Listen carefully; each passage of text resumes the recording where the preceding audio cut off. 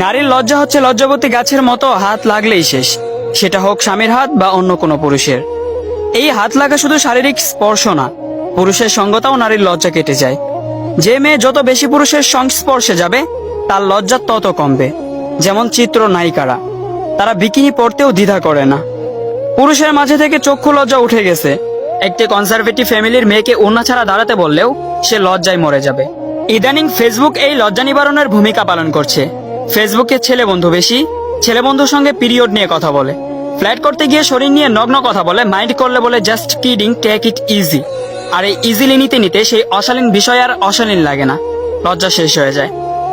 আবার ফেসবুকে প্রেমিক বেশি, কেউ প্রেমে পড়েছে তো প্রেমিক রোমান্সের ছলে অশ্লীল কথা বলে স্বামীর মতো, এরপর ব্রেকআপ হয়। আবার কারো প্রেমে পড়ে, আবারও চুম্মাচুম্মি, আরো কত কি করে, আবার ব্রেকআপ। লজ্জা শরমের মাথা খেয়ে মেয়েটা একসময় নির্লজ্জ হয়ে যায়। প্রেম নারীর লজ্জাশীলতাকে গ্রাস করে, পুরুষের সব বিলীন হয়ে যায়। নারীর কাছে পুরুষের উপস্থিতি ইয়াবার মতো, প্রথমে একটা খেলেই পিনিক আসে, পরে 20-25টা খেলেও কাজ হয় না, ব্যাস। একসময় পুরুষের প্রতি ফিলিংস কাজ করে না, প্রেমিকের ভালোবাসা তার কাছে পানসে লাগে। একটার পর একটা পুরুষ বদল করে কিন্তু স্থির হতে পারে না। জানাশোনা শেষ হলেই আর ভালো লাগে না, বোরিং লাগে, কারণ ডিফারেন্ট টেস্ট নিতে নিতে ভালোবাসার অনুভূতি শেষ তার। মুরব্বীরা বলতেন বিয়ের পর মেয়ের লজ্জা কমে যায়, বাচ্চা হবার পর আরো কমে যায়।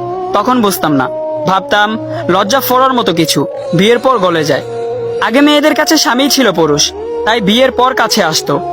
এখন বিয়ে লাগে না, পুরুষের কাছে আসতে ফেসবুক হলেই চলে। ফেসবুক সেই স্বামীর ভূমিকা পালন করছে। আমার কথাগুলো যদি না বুঝে থাকেন তাহলে ভিডিওটা আবার শুরু থেকে দেখেন, কথাগুলো শোনেন, তারপর মন্তব্য করেন। আসসালামু আলাইকুম ওয়া রাহমাতুল্লাহি ওয়া বারাকাতুহু।